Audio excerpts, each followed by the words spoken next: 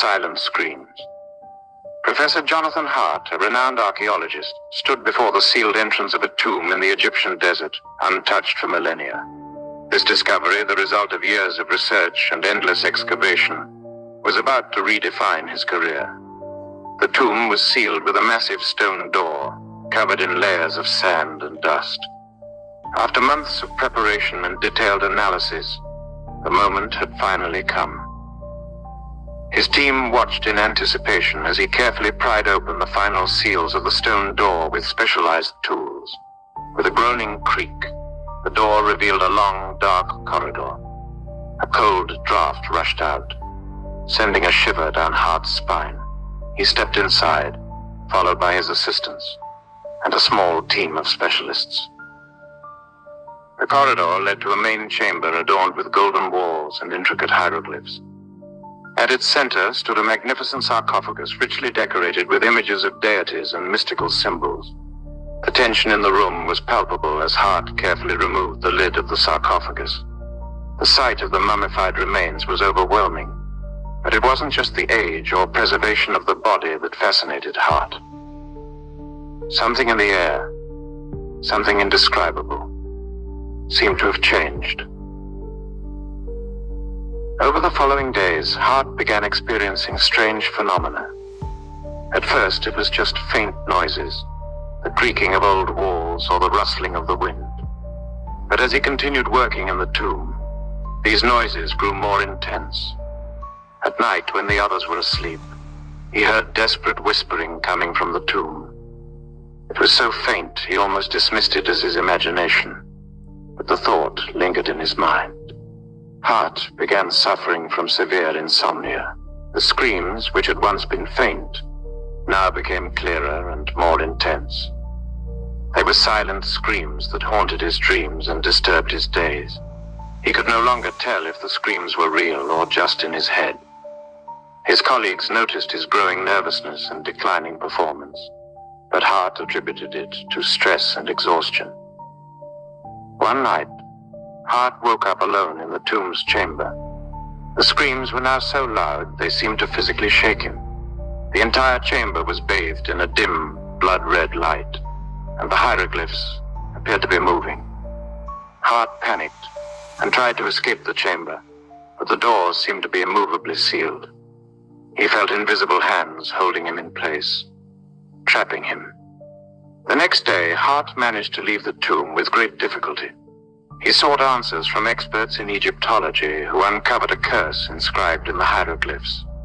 The curse described the souls of those who disturbed the tomb being trapped in eternal suffering. Hart could not ignore the connection between the screams and the curse. Hart decided to close the tomb permanently and keep the discovery secret, hoping to silence the screams. He attempted to reseal the chamber, but the screams grew louder and angrier, as if they were pushing against the walls of the tomb. The curse seemed to come alive, and Hart found no peace. In a final, desperate act, Hart returned to the tomb, determined to stop the screams. He decided to explore an undiscovered passage leading from the tomb. The passage was dark and narrow, and as he ventured deeper, the noise of the screams rose to an unbearable crescendo. He found himself in an underground chamber filled with countless empty, shattered sarcophagi. Hart realized that the screams belonged to souls trapped in the sarcophagi, and the only way to free them was to break the curse completely. In a desperate attempt to end the curse, he chose to sacrifice himself and enter the final sarcophagus to release the souls. As he lay in the sarcophagus, the screams suddenly converged into a single redeeming sound, and then fell silent. After Hart's sacrifice, the constant threat disappeared, but the room remained a place of silent pain and sorrow. The tomb's discovery was forever hidden, and the screams that once tormented Hart were just an echo in the dark, unknown depths of the desert. The story of Hart and the sealed tomb became a legend, a warning to those who dared to disturb the peace of the past. The cold of the depths, Dr. Emily Carter and her team of scientists had spent months preparing for their Arctic expedition.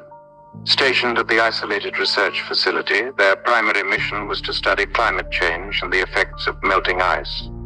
The team consisted of glaciologists, biologists, and engineers, all eager to contribute to groundbreaking research. One frigid morning, as the team was drilling into a massive ice shelf, they stumbled upon an anomaly, a large, dark mass embedded in the ice. It was unlike anything they had seen before. The team was initially skeptical, but Dr. Carter, driven by curiosity, insisted on investigating further. They carefully extracted the mass, revealing an ancient, elongated form encased in the ice. It appeared to be a creature, frozen in a state of suspended animation. The creature's discovery was met with excitement and trepidation. Scientists carefully transported it to a specialized lab within the station. The team's lead biologist, Dr. Richard Blake, theorized that the creature was an unknown species, possibly from the prehistoric era. As days passed, the ice surrounding the creature began to melt due to the station's heating systems. The researchers observed that the temperature in the lab was dropping inexplicably. At first, they attributed it to malfunctioning equipment. However, the chill grew more intense, and the air became thick with frost. One night, as the temperature plummeted, the creature's eyes, frozen for millennia, began to move. The researchers watched in horror as the ancient being's limbs twitched. The creature, now free from its icy prison, emitted a chilling cold that spread rapidly through the station. The once cozy research station turned into a nightmare as temperatures continued to drop. The team was unprepared for the intensity of the cold that the creature emanated. Frost quickly covered every surface, and the heating systems failed to combat the encroaching freeze. Desperate to understand the cause of the sudden and extreme cold, Dr. Carter and her team examined the creature's cellular structure. They discovered that it emitted a unique form of energy that absorbed heat, turning it into a perpetual source of frigid cold. The creature was an ancient being capable of manipulating temperature, an adaptation to its primordial environment.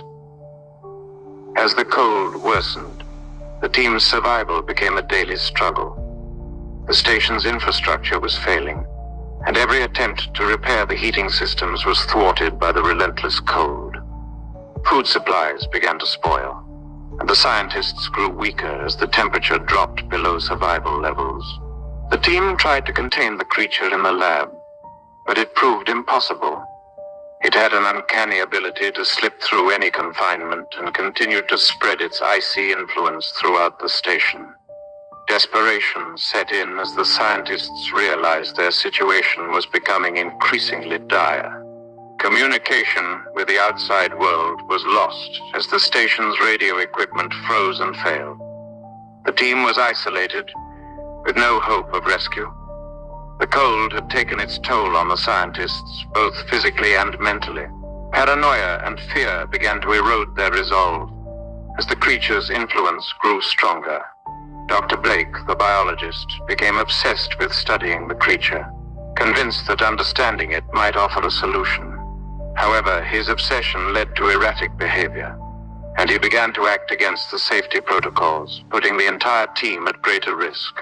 Dr. Carter and the remaining members of the team devised a last-ditch plan to neutralize the creature. They theorized that if they could trap it in a specially designed chamber, and then rapidly lower the temperature, they might be able to refreeze it. With their remaining strength, they set up the trap and prepared to execute their plan. As they lured the creature into the chamber, the temperature inside plummeted. The creature fought back, its cold growing more intense, and causing the chamber's walls to ice over. The team struggled to maintain their positions, fighting against the overpowering cold. In a desperate bid to ensure the success of their plan, Dr. Carter made a fateful decision. She realized that one of them would have to stay behind to ensure the chamber remained sealed, and the freezing process completed. Without hesitation, she volunteered, knowing it was a one-way mission. Dr. Carter and the creature were locked in the chamber together. As the temperature fell to an extreme low, the creature's movements slowed, and it eventually became dormant once more. Dr. Carter's sacrifice had succeeded in refreezing the ancient being, but it cost her life. With the creature refrozen and the temperature slowly stabilizing, the surviving team members managed to contact the outside world and arrange for their rescue. The station, though still cold, was now free of the immediate threat. The surviving scientists were rescued and brought back to safety. They were haunted by the experience and the loss of their colleagues. The discovery of the creature remained a secret, buried with the frozen remains of the ancient being. The Arctic Research Station was eventually abandoned. The ice reclaimed the site, hiding the horrors that had occurred beneath its surface. The story of the ancient creature and the brave sacrifice of Dr. Carter became a whispered legend among researchers and explorers. In the end, the cold of the depths had claimed its victims, but the tale of their struggle served as a chilling reminder of the dangers lurking beneath the ice, waiting for the right moment to awaken. The Forgotten Path. Martin Schreiber was an avid hiker, always in search of undiscovered and remote places. On a sunny autumn afternoon, he trekked through a dense, ancient forest, known for its labyrinthine trees and thorny bushes.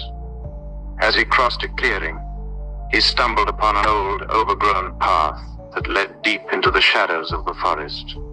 The trail was covered with moss and dense branches, and was not marked on any map. Intrigued and craving an adventure, Martin decided to follow the path. The idea of finding a new, unexplored location excited his imagination. He packed his gear and cautiously stepped onto the overgrown trail. The path twisted through the forest, becoming narrower as the trees closed in. After several hours of walking, Martin arrived at an abandoned village that seemed frozen in time. The buildings were old and dilapidated, overgrown with moss and vines. Everything was eerily silent. No sounds of animals or wind, only an oppressive stillness. Martin wandered through the village, noting that the structures were hauntingly well preserved, but the atmosphere was unsettling. The windows of the houses were broken, and some doors hung crooked on their hinges.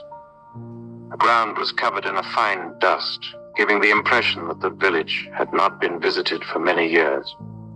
As Martin walked down the village's main street, he noticed a large, dilapidated building at the end of the road. It appeared to be an old inn or a community hall. Through the broken window, he could see some old furniture and dust-covered objects. Suddenly, he heard faint murmurs that stood out in the silence of the village. The voices were indistinct, but seemed to come from one of the neighboring houses. Martin cautiously entered the building and found himself in a large room filled with old, dusty furniture. The voices grew louder, but he couldn't locate their source. The murmurs seemed to come from the floor or the walls. He decided to continue exploring. Suddenly, Martin noticed strange movement at the edge of his vision. When he turned around, he saw a group of people approaching him. They were dressed in old-fashioned clothing and had an eerie, ghostly appearance. Their faces were pale and vacant. Their eyes seemed to pierce through Martin. Martin tried to communicate with them, but the villagers did not respond. They moved mechanically, repeating the same actions over and over as if trapped in an endless loop. Martin felt a deep sense of unease and realized that time in the village was frozen, or rather the villagers were trapped in a time loop. Martin realized that the village was a prison of time. The inhabitants were not dead, but trapped in an eternal repetition of their daily lives. Time seemed to stand still in the village, and Martin understood that the villagers were searching for a new victim to take their place. The village seemed to shift around Martin. The houses and streets no longer appeared as they had before. He could no longer find his way out, and felt increasingly lost. Twilight began to fall, and the shadows in the village grew longer and more threatening. Panicked, Martin tried to find a way out. He ran through the village streets, which seemed to stretch endlessly and block his path. As twilight deepened, the cold of the evening crept under his clothing. The villagers followed him, their vacant stares fixed on him while they continued their repetitive movements. Martin attempted to remember the entrance to the village, but the streets seemed to keep expanding. He noticed that the villagers were guiding him towards a particular building, the old community hall he had seen before. As dusk approached, Martin found himself back in the community hall. The villagers surrounded him, their vacant eyes locked onto him as the room began to change. The walls seemed to stretch and contract while time around him appeared to accelerate. Martin realized he had one last chance to escape the time loop. He remembered a faded clue from one of the texts he had found in a house. It spoke of a ritual to break the loop. It involved sacrificing oneself to free the trapped time. With only minutes before nightfall completely enveloped the village, Martin prepared for the ritual. He stood in the center of the room and recited the words he had learned from the texts.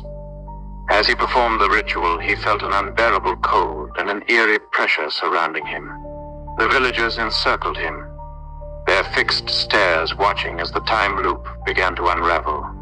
Martin felt a chilling void as the village began to dissolve, the villagers disappearing as the time loop collapsed. As Martin spoke the final words of the ritual, the world around him began to change.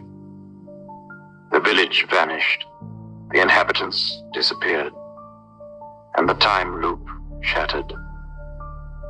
Martin felt himself being pulled into a dark abyss, but then he suddenly found himself back on the forest path that had led him there. The sun was rising, and the forest was calm and peaceful again. The old path was no longer visible, and it seemed as if the village had never existed. Martin could scarcely believe what had happened.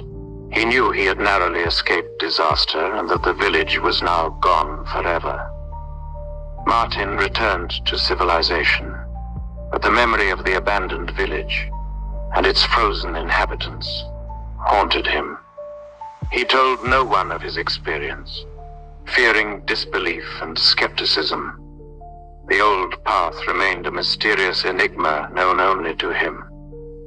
Though he regained his freedom, Martin carried the memory of the forgotten path and the time loop with him.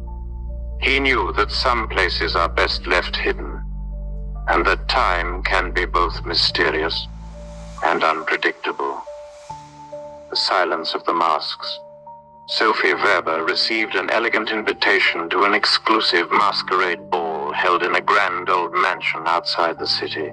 The invitation was printed in fine gold lettering and promised an evening of grandeur and elegance.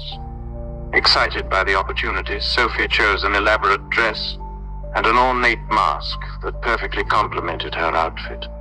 As she made her way to the mansion, she had no idea that this night would be unlike any other. The mansion, an imposing 19th century structure, looked even more mysterious in the twilight. The massive door opened, and a butler in a black suit greeted her and led her into the opulent entrance hall. The ballroom was breathtakingly decorated, with crystal chandeliers and golden embellishments. The guests were dressed in magnificent costumes and intricate masks that completely obscured their faces. The murmur of conversations was present, but the guests behaved strangely silent and reserved.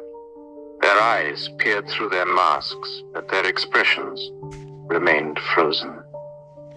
At first, Sophie felt comfortable, but she soon noticed that the atmosphere was oddly oppressive. The guests' silence and the rigid masks created a sense of unease. Some guests watched her from a distance, while others tried to avoid eye contact. As Sophie wandered through the ballroom, she noticed a couple standing at the edge of the crowd. The woman seemed particularly anxious, her eyes darting around nervously. Suddenly, she grabbed her partner's mask and attempted to remove it. As the mask came off partially, the man began to scream and ran out of the room in a panic. The woman quickly replaced the mask and staggered after him. Sophie watched the scene from a distance, growing increasingly disturbed. The man's screams echoed through the corridor, but the other guests seemed to remain indifferent, as if they were oblivious to the events unfolding. An older man in an impressive costume approached Sophie and said in a hushed tone, "Do not remove your mask. It will be your undoing." He looked serious and concerned, but before Sophie could respond, he disappeared back into the crowd. Sophie began to wonder what was happening. The old man seemed to know what would happen if someone took off their mask. Her growing anxiety was intensified by the eerie silence of the room. She observed other guests behaving oddly, and no one dared to remove their masks. Hours passed, and the ball's music continued, but the tension in the room grew. Sophie felt increasingly unnerved by the guests' unblinking stares. Some seemed to follow her with their eyes, while others appeared to shy away from her presence. Sophie decided to leave the ballroom and explore the mansion's garden. As she opened the door, she found herself in a beautiful but eerie garden. Moonlight illuminated the winding paths and the old statues, which seemed like silent witnesses to the night's unsettling events. In the garden, Sophie discovered a small outbuilding that looked like a storage shed. She opened the door and found a collection of masks, each intricately designed and unique. However, as she examined them more closely, she noticed that some masks were partly decayed and grotesque. Suddenly, she heard whispering behind her. She turned around and saw a man with a partially removed mask. He looked desperate and spoke with a trembling voice. "You must give in to the mask, or you'll be trapped here forever." Before she could respond, he collapsed to the ground, motionless. Feeling helpless and terrified, Sophie realized she had to make a choice, or remain trapped in this nightmare forever. She remembered the older man's warning, and understood that her only way out was to put on a mask herself. With a deep breath, she reached for one of the masks from the outbuilding and put it on. The mask was artistically crafted, and she felt a strange sense of acceptance as she donned it. The world around her began to change, as if the mask opened a door to another reality. As Sophie wore the mask, her surroundings shifted. The garden disappeared, and she found herself back in the ballroom, surrounded by guests who were now removing their masks and laughing joyously. The silence had vanished, and the guests appeared lively and content. Yet, Sophie felt a profound emptiness within her, as if something essential had been lost. Her identity had been fully absorbed by the mask, and she could no longer connect with her previous self. The mask had become a part of her, and she had taken her place among the other guests. Over time, Sophie realized she had not only lost her identity, but also the freedom she once had.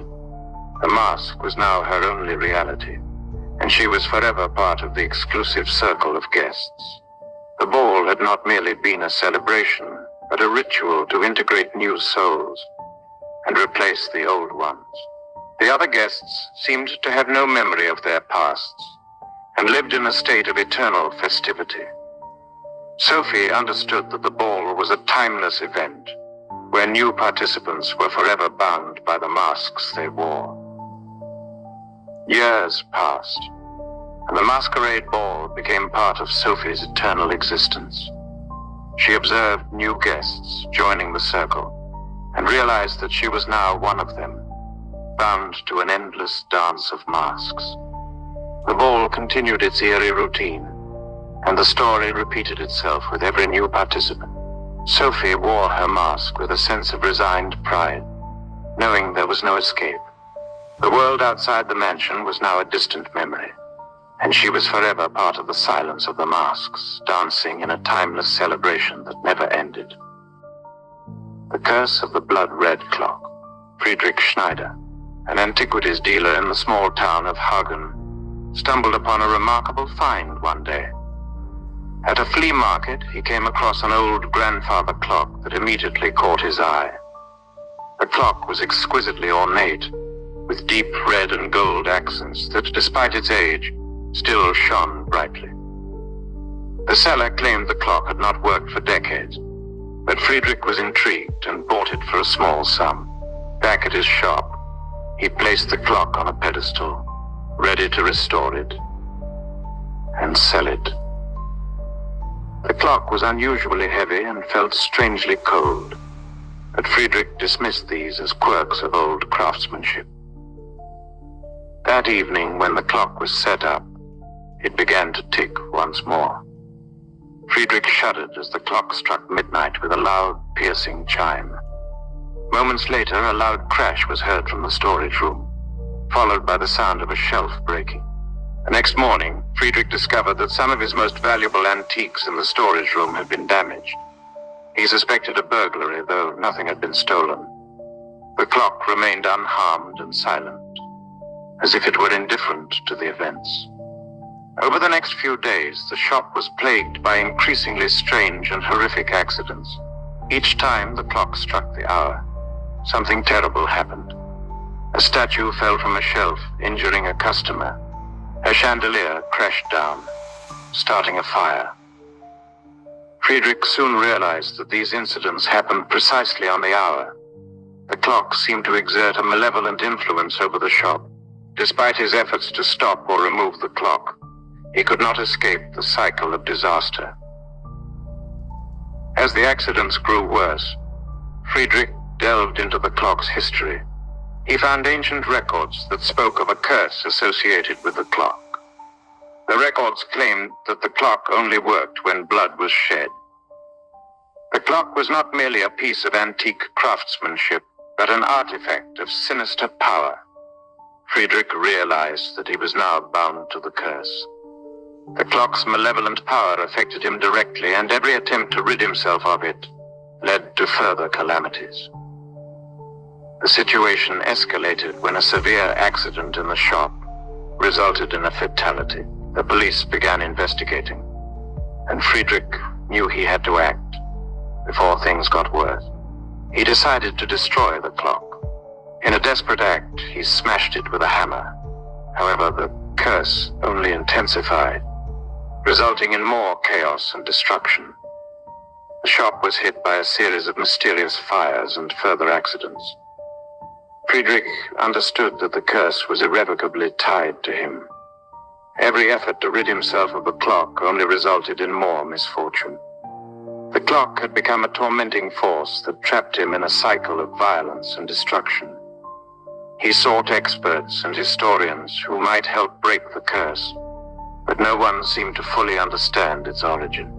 Time was running out, and each full hour brought new dangers. Friedrich decided to confront the curse directly. He learned that the only way to break the curse was to return the clock to its place of origin, an old abandoned mansion in a remote village. Traveling to the mansion, he prepared for the ultimate confrontation. With the clock in hand, he entered the dilapidated building, which had been weathered by time and decay. He knew this was his last chance to end the curse. Inside the mansion, Friedrich found an old altar seemingly used for ritual purposes. He placed the clock on the altar and prepared to destroy it. As the clock struck the final hour, something unexpected happened. The clock began to move on its own, bathing the surroundings in an eerie red light. Friedrich was overwhelmed by a wave of pain and despair as the curse's power seized him. The clock seemed to control time itself and warp his reality. As the final hours struck, Friedrich realized there was no escape. The clock had altered time and trapped him in an eternal moment of darkness. The old grandfather clock had achieved its purpose, not only causing destruction, but also transferring the curse to its new owner. Friedrich found himself in an endless maze of time and space, trapped in a perpetual loop of full hours. The clock was destroyed, but the curse endured. Friedrich was now part of the curse of the blood-red clock. The clock was gone, but its influence on time was relentless and cruel. He was forever trapped, while the clock faded into the shadows of history. The accidents and blood required by the clock became an eternal cycle that repeated endlessly. The story of the clock remained as a cautionary tale in the town of Hagen, while Friedrich's fate was sealed in the darkness of time. The Night of the Ghost Drivers. Michael Weber, a successful businessman, was heading home late at night after a long week of travel. Seeking a break from the city's noise and a chance to clear his mind, he opted for a remote country road that wound through dense woods.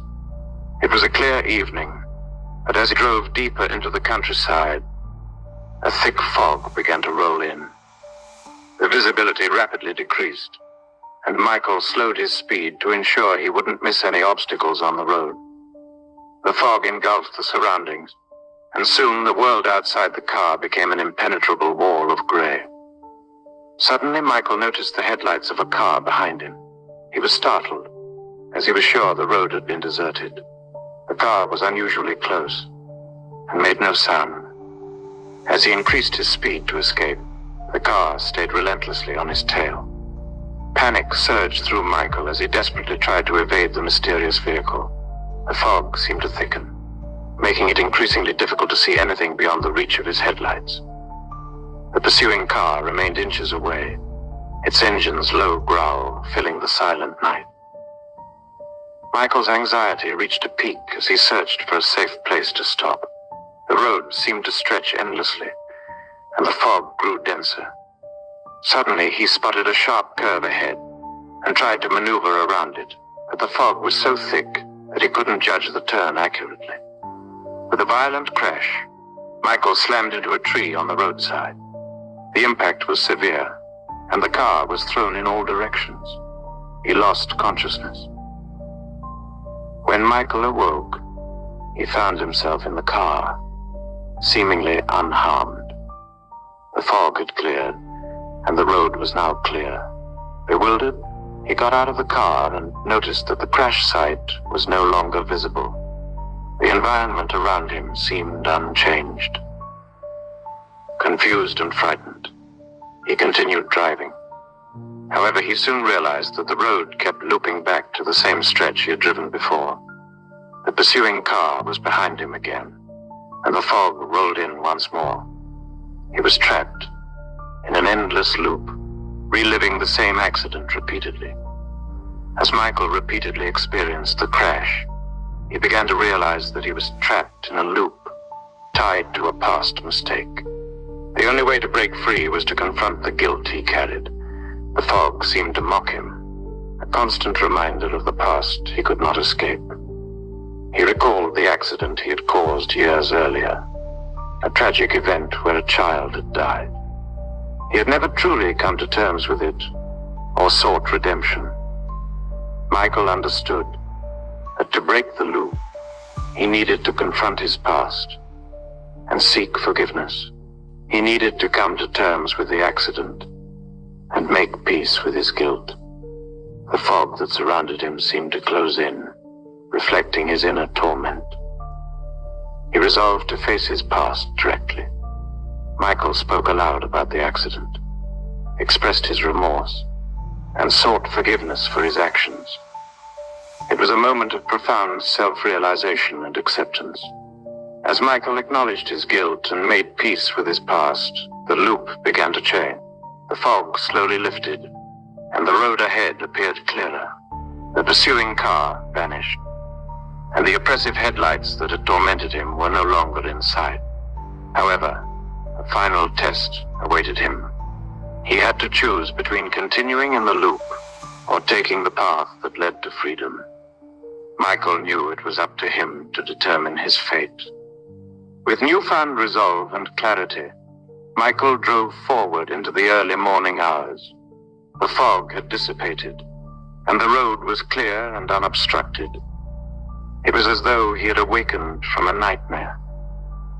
He finally reached his home, feeling a profound sense of relief and a deep understanding of the need for forgiveness and confronting one's past.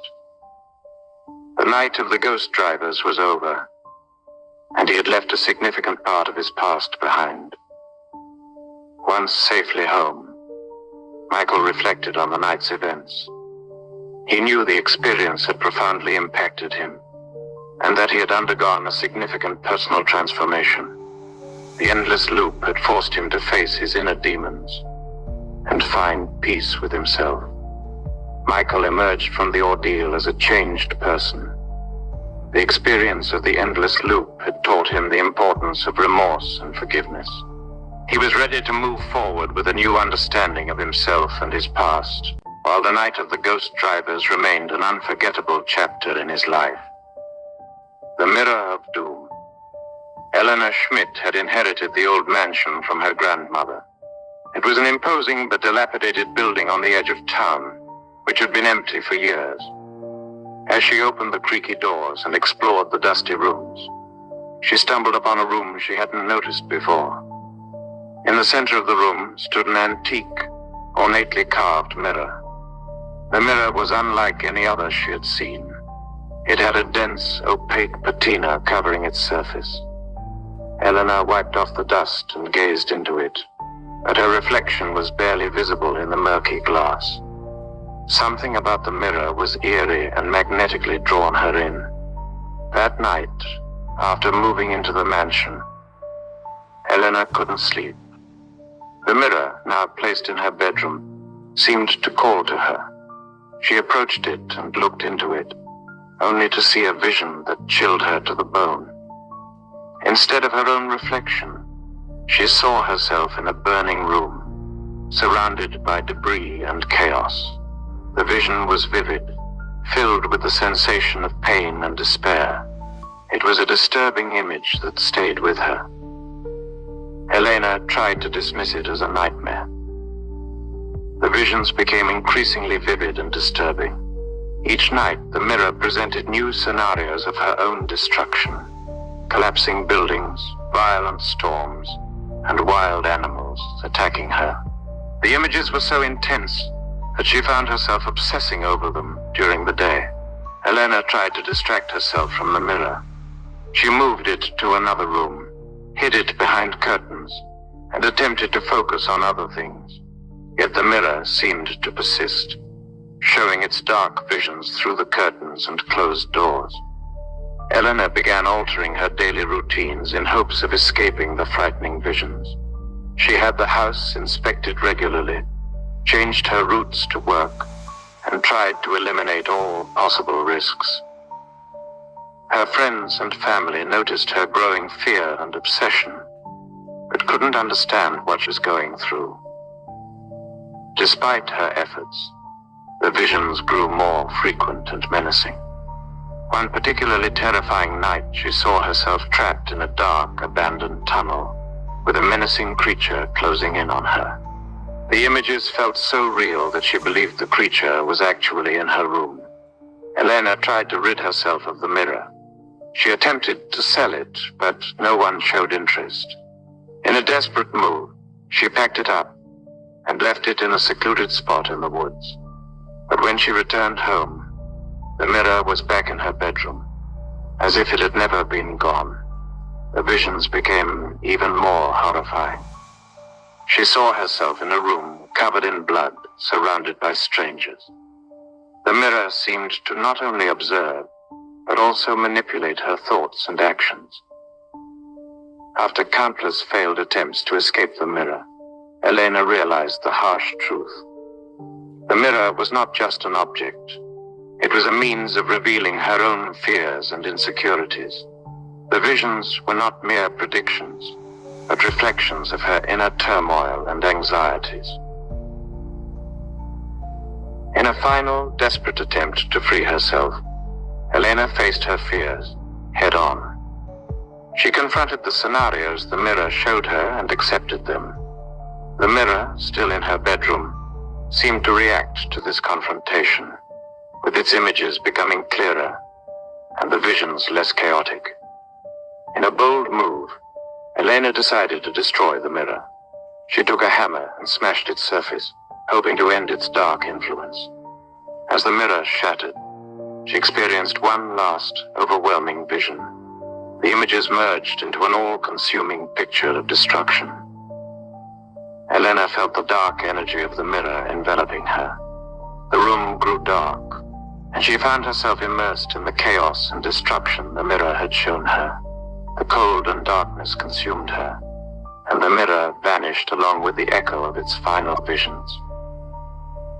As the darkness receded, Elena awoke in her ruined bedroom. The mirror was gone, and the visions had ceased. But the experience left a profound impact on her. She understood that the mirror was not just an object, but a symbol of the dark sides of her own psyche she had to confront. She learned a valuable lesson about the power of her own thoughts and fears.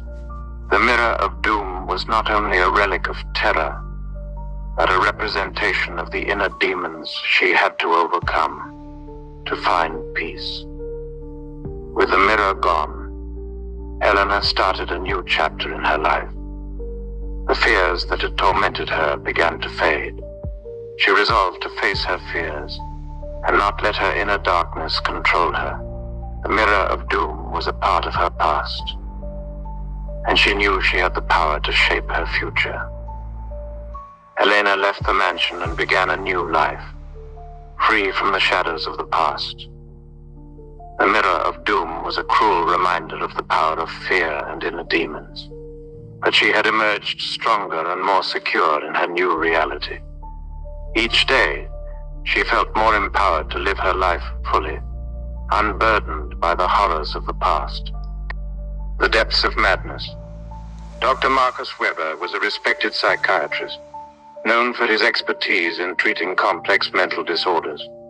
One day, he was assigned a new case that would turn his calm practice upside down. A man named Jonas Adler claimed he was being pursued by a foreign dimension, which was increasingly infiltrating his reality. Jonas was a middle-aged man with a serious expression and nervous tics. He described strange visions and a shadow that followed him in his dreams and sometimes even in reality. The shadow, he said, was part of another world bordering his own dimension, and the boundaries between the two worlds were becoming increasingly blurred. Dr. Weber began documenting Jonas's story and analyzing his symptoms. Jonas reported visions of a bizarre and grotesque place, inhabited by monstrous creatures. These visions seemed to gradually integrate into his everyday reality. While Jonas's initial descriptions were barely credible, Dr. Weber felt a strange fascination with the eerie nature of the visions. One night, while Dr. Weber was studying patient files, he was disturbed by a fleeting, shadowy image. It was a brief, shocking sight, a dark outline staring back at him. Dr. Weber brushed off the unsettling thought and decided to focus on the clinical side of the case. As visits continued, Jonas's visions became more detailed and intense. He described increasingly specific landscapes and structures from the other dimension, prompting Dr. Weber to experiment with hypnosis and other therapeutic techniques to better understand the visions. During one hypnosis session, Dr. Weber was seized by a disturbing experience. He felt himself immersed in Jonas's world and began to experience visions of a dark, grotesque place. The atmosphere was stifling and unsettling, an endless, swirling darkness filled with disturbing noises and distorted screams. Dr. Weber began to suffer from the visions that now appeared in his own dreams. He saw the same bleak place Jonas described and started losing track of the distinction between reality and visions. His professional and personal life became influenced by his growing fears and hallucinations. Colleagues noticed changes in his behavior. He was irritable, overworked, and unfocused. A particularly troubling incident occurred when Dr. Weber screamed during a session, having seen a vision of a monstrous creature attacking him. Patients were frightened and unsettled, and Dr. Weber's practice began to suffer under the strain. In a desperate attempt to regain control, Dr. Weber realized that he was not just delving into Jonas's dimension, but that this dimension seemed to have its own reality with its influence on the human world. The boundary between his reality and the foreign world had become dangerously thin. He turned to ancient texts and occult manuscripts found in the archives, discovering that the dimension Jonas experienced was an ancient, feared reality, accessible only by crossing the boundary between worlds. Dr. Weber tried to distance himself from Jonas and suppress the visions, but the pressure and distress led him deeper into madness. He was overwhelmed by the foreign dimension, with the grotesque visions becoming an omnipresent part of his reality. Every attempt to cross the boundary resulted in more visions and an ever-intensifying sense of unreality. He sought help from other experts, but no one could assist him. His mental state deteriorated, and he began to lose touch with reality, completely absorbed by the visions and the dark dimension. In a final, desperate attempt to save himself and his patients, Dr. Weber tried to sever all connections to the dimension of Jonas. He altered his environment, removed all traces of the dimension from his practice, and tried to free himself from the visions. But the foreign world could not be so easily dismissed. The dimension began to engulf Dr. Weber's reality, with his world increasingly dominated by the horrors of the other dimension. One day, Dr. Weber was found dead by one of his patients. The cause of death was unclear, but the circumstances suggested that he had been fully consumed by the foreign dimension. His office was a chaos of disturbing images and unfinished notes, reflecting his last, desperate search for answers. The story of Dr. Weber and Jonas remained a dark mystery. The dimension that had fascinated and terrified Dr. Weber remained unexplored, becoming the subject of legends and eerie rumors. The impact of Dr. Weber's case was felt in the psychiatric community. The dimension he explored became a cautionary tale about the dangers of blurring the line between reality and madness. Jonas was moved to another facility, and his visions remained an unresolved mystery. The dark dimension remained a shadow over Dr. Weber's and his patients' experiences. The story of Dr. Weber ended as a tragic warning about the dangers of madness and the unknown dark dimensions beyond human comprehension. The foreign world remained an inaccessible and terrifying place, and Dr. Weber's case became a dark chapter in the history of psychiatry. With every new case and discovery, the scientific community remembered the perilous depths of madness and the eerie dimensions beyond human imagination. The Cursed Diary. Anna Schneider had just moved into a charming, if slightly old, house on the edge of town. While exploring the attic, she stumbled upon a dusty trunk hidden in a dark corner. Curiosity piqued. She opened it to find an old leather-bound diary, worn by time. It had no name, only a series of yellowed pages that intrigued Anna. After cleaning the diary, Anna began reading its first entries. The handwriting was difficult to decipher, but she could make out the story of a woman who seemed trapped in the last days of her life.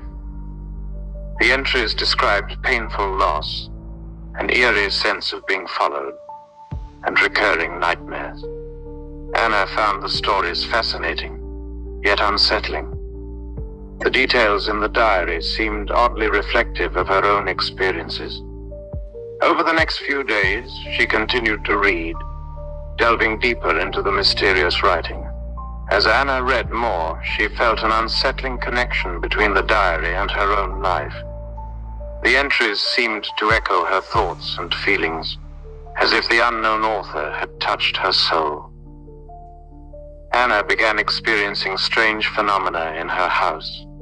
Objects moving on their own, shadows lurking in corners, and unexplained noises at night.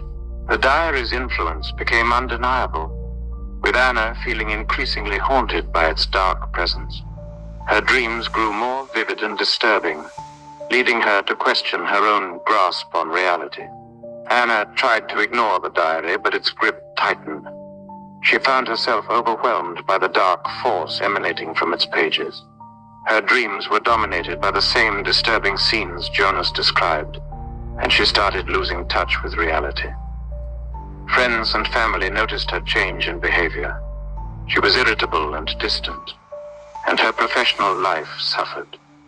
One night, the diary appeared in her bedroom, despite her efforts to keep it locked away. New entries detailed her current actions and thoughts, as if the diary was recording her every move. Determined to end the nightmare, Anna attempted to destroy the diary. However, every effort, burning, tearing, or otherwise, failed as the diary reassembled itself. The presence grew more insistent, affecting Anna's waking hours and dreams alike. Seeking help, Anna consulted a historian specializing in ancient manuscripts. He confirmed her fears. The diary was cursed, a conduit for a deceased soul trying to return to the living world. He advised her to perform a ritual to banish the spirit. Anna arranged a meeting with a ritual expert to perform a banishment ceremony. In an old, abandoned building, they began the ritual to expel the spirit from the diary. The process was intense and frightening, with dark forces seemingly resisting their efforts. During the ritual, the diary vibrated violently, and the room filled with chilling noises and an oppressive atmosphere. The expert managed to complete the ritual, banishing the presence and destroying the diary. After the ritual, Anna felt a sense of relief. Though the experience had left her deeply shaken, she began to rebuild her life and deal with the trauma from the diary. Determined to move on, she decided to sell the house and start anew, away from the lingering shadows. The Cursed Diary became a cautionary tale about the dangers of hidden pasts and the importance of confronting dark secrets before they take control. Anna's story served as a reminder of the thin line between reality and the supernatural. Anna moved to a new city and started a fresh chapter in her life. While the diary's haunting presence remained a part of her memories, she felt safer and more at peace in her new environment. The Cursed Diary was a reminder of how seemingly ordinary objects could harbor dark secrets and influence reality. Anna's victory over the dark forces was a hard-earned triumph, but she understood that the shadows of the past could sometimes linger, even after they had been confronted and overcome. The endless sleep. Maximilian Weber was a successful businessman whose life had been on an upward trajectory, but recently it had descended into a nightmare. Each night he experienced horrific dreams where he died in brutal ways, be it in a car accident, a fall, or other violent means. Just as death occurred, he would wake up, only to relive the same scenarios, over and over again. Maximilian tried to ignore these dreams, but they grew more vivid and disturbing with each passing night. Soon he could no longer distinguish between dreams and reality, leading to a sense of paranoia and dread. In desperation, Maximilian sought help from various specialists, psychiatrists, sleep researchers, and even a hypnotist. None could provide relief. The nightmares became increasingly intricate and realistic, their grip tightening around his waking life. It seemed as though the dreams were gaining control over him. Doctors advised him to relax and accept the dreams, but for Maximilian, This was not an option. His nights became filled with terror, and he began to retreat into his own fears, further isolating himself from reality. Determined to find a solution, Maximilian delved into old texts and manuscripts on sleep disorders and nightmares, and other symbolic elements necessary for the ceremony. Maximilian was determined to confront his fears head-on in an attempt to end the cycle of nightmares. On the night of the ritual, Maximilian experienced another vivid nightmare, but this time he was prepared. He performed the ritual as outlined in the text, uttering incantations and carrying out symbolic actions. During the ritual, he felt an intense connection to his dreams and a profound shift in his consciousness. Suddenly, he woke up, or so he thought. He found himself back in his bed, and it seemed as though the nightmares had finally ceased. The act had triggered a kind of purification process. For a while, it appeared that the nightmares had ended. Maximilian began to rebuild his life. However, one final, unsettling nightmare remained, different from the others. It was a test of ultimate confrontation. In this dream, he faced a labyrinth of his own psyche, battling his deepest fears and doubts. The dream led him through an emotional gauntlet, making him realize that he needed to fully confront his inner demons to find peace. The nightmare ended with him accepting himself and overcoming his fears. The following morning, Maximilian awoke to a sense of relief. The endless nightmares had come to an end. He felt free from the terror that had plagued him for so long. The ritual and the final night had helped him confront and conquer his fears, allowing him to regain control of his life. He began to focus on rebuilding his life, using his experience to guide and help others facing similar struggles. Maximilian's story became one of hope, demonstrating that even the darkest nights can be overcome with determination and self-acceptance. With his return to normality, Maximilian found a new purpose. He dedicated himself to supporting others who had experienced similar nightmares, and shared his story as both a warning and an inspiration. The endless sleep was now a part of his past, and he looked forward to a future filled with hope and peace. Though the memories of the nightmares remained, they were now a testament to his journey. Maximilian's triumph over the endless sleep served as a reminder that even the most relentless fears can be conquered with courage and perseverance.